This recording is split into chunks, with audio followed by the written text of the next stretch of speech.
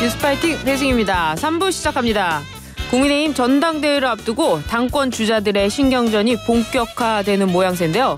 한동훈 대세론이 힘을 얻어가고 있는 가운데 원희룡 전 장관이 참전하면서 윤심 논란이 다시 부각되고 있습니다. 관련해서 강승규 국민의힘 의원 전화로 연결돼 있습니다. 안녕하세요. 안녕하세요. 네. 윤심 강승규 아니겠습니까? 네, 제가 대통령실의 초대 시민사회수석이었으니까 또 그렇게들 또 부르기도 합니다. 그렇습니다. 나경원, 한동훈, 원희룡 등 당권 주자들의 출마 선언이 이어졌었는데요. 어차피 대표는 한동훈이라는 말이 나올 정도로 초장에는 한동훈 위원장이 대세론을 형성했는데 이번 원희룡 장관의 출마로 분위기가 좀 바뀌었습니다. 어떻게 보십니까? 전당대회를 앞두고 다양한 후보들이 나와서 이렇게 판을 만들어주는 것은 정말 우리 당으로서는 좋은 일이죠. 네. 원희룡 또 나경원, 한동훈, 윤상현 의원 모두 우리 당의 중요한 자산 아닙니까? 네. 당의 얼굴이 되기에 전혀 부족함이 없는 얼굴 분들이죠. 예. 지금 당이 많이 침체되어 있고 또 여소야돼서 어렵지 않습니까? 이번 전당대회를 통해서 컨벤션과 일어났으면 하는 게 우리 당 지지자들 또 국민들의 또 바람일까 아니겠습니까? 국민들 입장에서도 국민의힘을 지지하든 민주당을 지지하든 견제와 균형이 이루어져야 되는데 지금 한쪽으로 너무 기울어졌다 이렇게 생각되지 않습니까? 예. 그런 부분에 있어서 우리 전당대회가 이번 전당대회가 통합과 화합의 그런 큰 길목이 되었으면 하는 바람이죠. 예. 그런데 일각에서는 원희룡 전 장관의 출마가 대통령실과의 교감 속에서 결정된 것 아니냐. 특히 원희룡 전 장관은 출마 결심을 밝히기 하루 전에 윤 대통령과 독대를 했다. 이런 이야기가 나오고 있거든요. 두 분께서 어떤 대화를 나눴는지는 저희들이 알 수는 없지만 일단 그 형식은 원 전 장관이 대통령 특사로 엘살바도르 대통령 취임식에 다녀오지 않았습니까? 네. 그런 보고 형식이었을 거고요. 자연스럽게 전당대회도 앞두고 있고 원희룡 전 장관이 단 전당대회에 나가기로 하고 했던 그 전후인 만큼 아마 대통령께 보고를 하지 않았을까 이렇게 봅니다. 그러나 대통령께서는 지금 당무에 개입하는 것이 적절치 않다고 분명히 개입하지 않겠다는 입장을 밝히신 만큼 격려 차원이었겠죠. 이 대화가 오고 갔다면. 그러나 원래 정치인들의 행위, 이 자체만으로도 정치적 의미가 부여되는 거 아니겠습니까? 그렇습니다. 독대를 했다는 것 자체가 힘을 실어주는 거 아닙니까? 독대를 어느 시기에 어떤 형식으로 했느냐가 중요하기 때문에 지금 우리 말씀하신 부분들이 맞을 수도 있는데요. 또 그런 부분 등을 너무 지나치게 해석하면 또 여러 가지 또 편파 시비도 있을 수 있는 것이고요. 네. 대통령실에서도 또 원장관께서도 굳이 그런 부분에 대해서 비중 있게 밝히지 않고 있는 만큼 당무에 개입했다 무슨 또 편파 시비에 이렇게 크게 논란될 것 같지는 않습니다. 근데 원희룡 전 장관은요. 한 전 위원장은 윤 대통령과 식사를 하지 않았다 이런 점을 강조하면서 또 10초 통화했다. 식사 불참설로 윤한 갈등을 부각하고 있습니다. 윤 대통령 윤심은 나다 이렇게 보이는데요. 후보들 입장에서는 어떤 상황이나 또 어떤 하나의 이벤트 등을 본인들에게 또 유리하게 해석해서 또 메시지를 발설할 수도 있겠죠. 네. 저도 좀 안타깝긴 했었습니다. 선거가 끝나고 식사 이렇게 제의가 있고 거절하고 이런 부분 등이 국민들에게 별로 또 지지자들에게 좋은 모습으로 비춰지지 않을 것 같은데 그런 모습이 있었다는 것이 좀 모양새가 보기 좋지 않았는데 그런 부분들이 자꾸 이제 이런 시기가 되면 부각되는 것일 텐데요.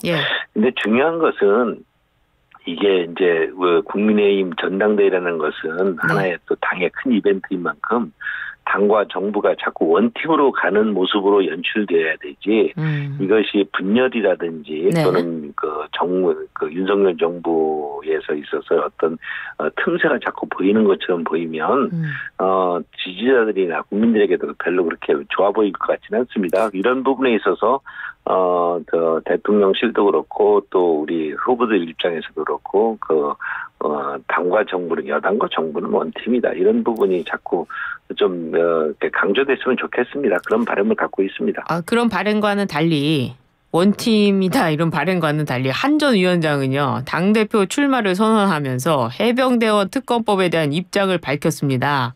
해병대원 특검법을 우리가 발의해서 우리가 추진하자 난리가 났는데요. 어떻게 보십니까?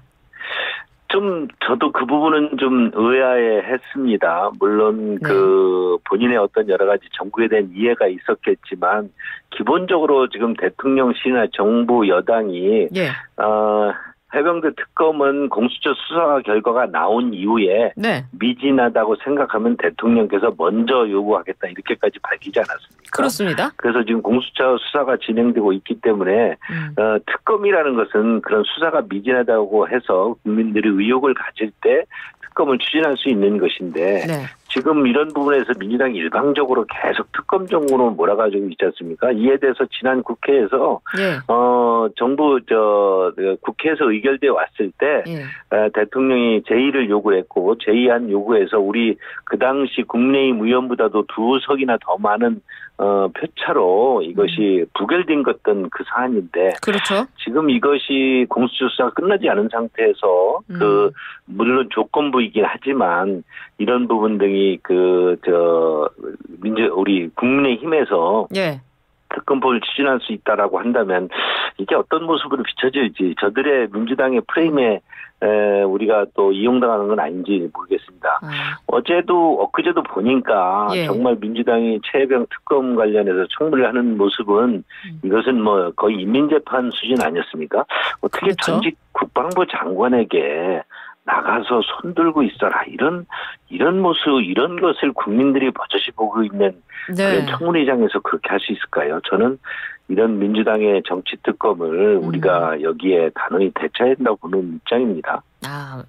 그럼 다시 한번 이 문제로 한 전 위원장과 대통령실과 또 충돌할 수 있겠네요. 아마 이 부분에 대해서는 우리 당에 만약에 이런 국민의힘이 조건부든 어떤 형태의 특검을 추진한다면 당의 총의가 모아져야 되고요. 우리 국민의힘의 당 내에서 이런 부분에 저는 찬성하리라고 보기 어렵다고 보는데요. 제 의견은. 그런 부분은 앞으로 전당대회 과정에서 많이 논의가 되겠지요. 예. 근데 그 한 전 위원장은요. 김건희 여사 특검법에 대해서는 반대하면서 또 제2부속실 설치를 요구하겠다 이렇게 밝혔습니다. 대통령과의 대립각을 세우려는 모습일까요? 제2부속실 설치와 관련해서는 그동안 여러 차례 요구도 있었고 밖에 또 내부에서도 좀 검토를 했던 것으로 알고 있는데요. 네. 저는 이런 부분들 제2부속실을 설치한다 해서 민주당이 요구하는 제2부속실을 설치한다고 그래서 민주당이 공격하는 그런 부분이 멈출까요? 영부인을 대상으로 공작을 하는 상황 아닙니까? 네. 이런 지금 민주당의 그런 행태 또 개딸들의 행태 등이 제2부속실 설치한다고 그래서 영부인에 대한 여사님에 대한 공격이 멈추고 협치가 이루어지고 그럴까요? 저는 그렇게 보지 않습니다. 그런 면에서 이런 부분 등이 새로운 주장도 아닌데 물론 이제 여사 특검 부분에 대해서 한동훈 위원장의 해법일 수도 있겠지만 저는 이것이 어떤 의미를 갖는지 잘 그렇게 이해하기 선뜻 어렵습니다. 나경원 의원은요. 한동훈 전 위원장의 해병대원 특검법 받자 이런 부분에 대해서 참 순진한 생각이다. 본인 특검법에도 받을 것인가 하면서 이 이야기를 이어갔어요. 이렇게 평가했는데 어떻게 보세요? 정치적으로 아직 좀 미숙하다 이렇게 보십니까? 나 의원은 이제 지난 20대지요? 20대인가요?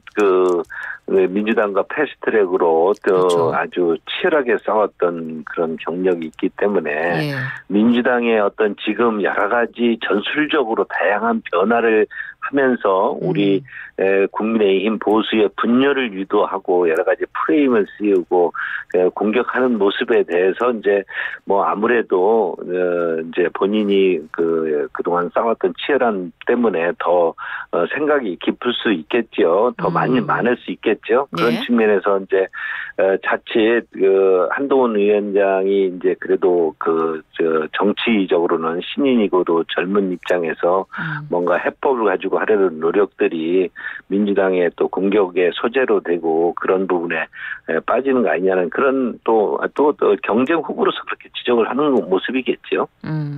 나경원 의원의 이 비판엔 동의하시고요. 뭐 그런 나경원 의원 입장에서는 그런 비판을 할 수 있겠죠. 제가 그 부분에 동의한다는 것은 중요한 게 아니고 다만 그런 부분 등이 우려가 많이 당원 승사에서 있는 것은 사실 아닌가 보여집니다. 네. 근데 한동훈 전 위원장이요 어제 모 언론과의 인터뷰에서 대선에 필요하다면 나가겠다 이렇게 또 이야기를 했습니다. 당권 대권 분리를 지금 하면서 대선 전에 이제 당대표 또 내려놔야 되는데 이렇게 되면 당에 혼란이 되지 않을까요? 뭐 그것은 이제 만약에 전당대회에서 당대표로 선출이 된다면 대선 전에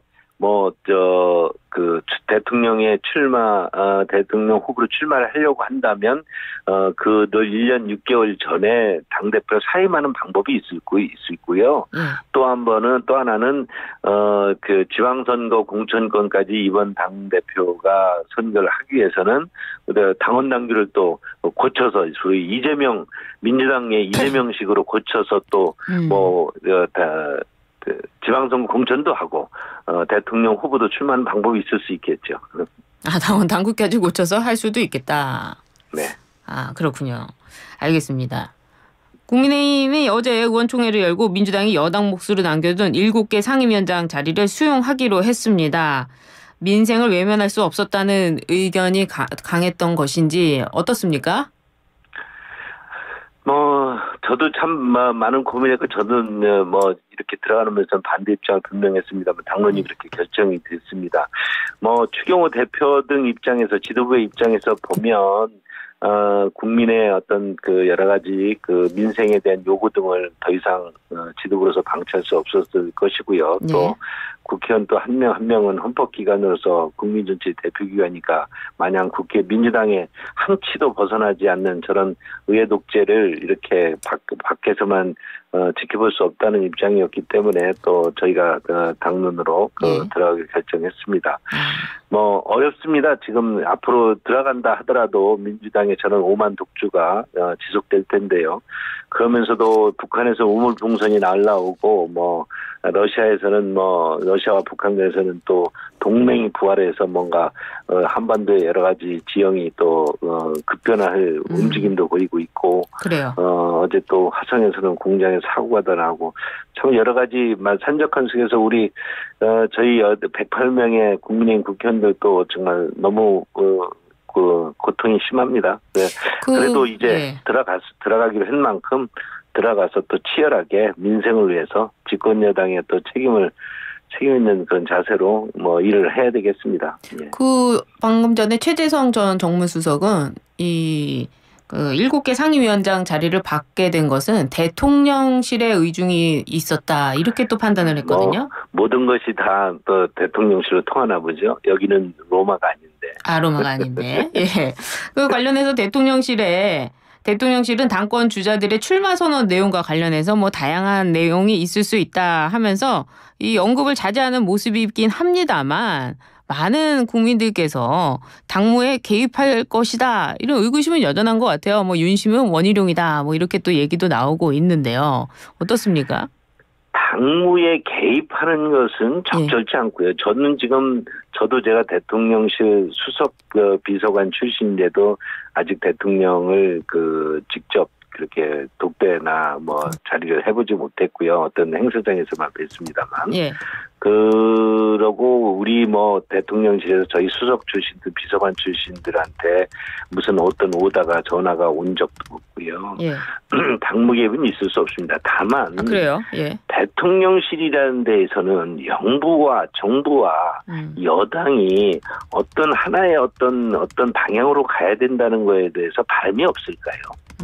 정부 여당이 만약에 딴 길로 간다고 한다면 정부 지금 윤석열 정부가 가려고는 이런 것인데 대통령 여당에서 이런 부분이 다른 방향으로 간다고 할 때 그런 데 대해서 대통령실은 그냥 바라만 보고 있어야 되지는 않을 것이고요. 예. 대통령실에서 만약에 뭔가 바람이 있다면 그런 부분에 있어서 전당대회가 어떤 하나된 모습으로 아주 컨벤션 효과도 나고 대통령 여수야대 상황이 있지만 이 속에서도 국민이 주어진 임기 5년을 잘 또 나머지 3년을 잘 또 그렇게 마무리할 수 있도록 그런 뭐 지부도부 이런 부분들이 청문회 전당대회 과정에서 예. 만들어지기를 바랄 뿐이겠죠. 예, 의원님 상임위는 어디로 가셨어요? 저는 뭐 당초 1순위는 국토위로 했는데 2순위 산자위로 어제 되었다고 통보받았습니다. 그렇군요. 이 추경호 원내대표가 원구성 협상에 책임을 지고 사의를 표명했는데 당내에서는 재신임 의견이 적지 않은 걸로 알려졌습니다. 어떻습니까? 뭐 어제 추 대표께서 등원한다. 네. 그다음에 상임위 7개 받고 그리고 하겠다. 그동안에 여러 가지 법사위라든지 운영위 등을 지키지 못한 데 대해서 책임을 지고 사의 표한다 이렇게 했고 일부 의원들께서 뭐 그것은 더욱더 혼란을 야기하는 만큼 네. 뭐 사의는 아니다 이렇게 했지만 실제 의원들이 한 번 정도 더 의원총회를 해야 될 것 같습니다. 이 부분에 대해서는 책임을 지고 떠나는 모습 그다음에 또 그래도 더 지금 우리 의원들이 뽑아준 만큼 의원들의 어떤 추인을 거쳐서 다시 대표로서 활동하는 방법 이 두 가지가 있을 수 있습니다. 의원님이 저출산 대응 패키지법 대표 발의하셨는데요. 짧게 어떤 내용 담고 있습니까? 다자녀 가구의 건강보험료를 경감해주는 그런 법이 담겨 있고요. 예? 또 초등학생의 돌봄 서비스에 대해서도 세액 공제 혜택을 주자. 네. 그다음에 교육비의 공제 가능 금액 등을 현재 300만 원에서 500만 원 상향 주장하자. 이래서 아이 키우고 아이를 또 여러 가지 서비스하는 데 있어서 국민들이 세제 혜택 또 이런 부분 등을 좀 확대하자는 내용을 담고 있습니다. 그렇군요. 좋습니다. 오늘 말씀 잘 들었습니다. 감사합니다. 네, 지금까지 강승규 국민의힘 의원이었습니다. 대한민국 대표 트렌드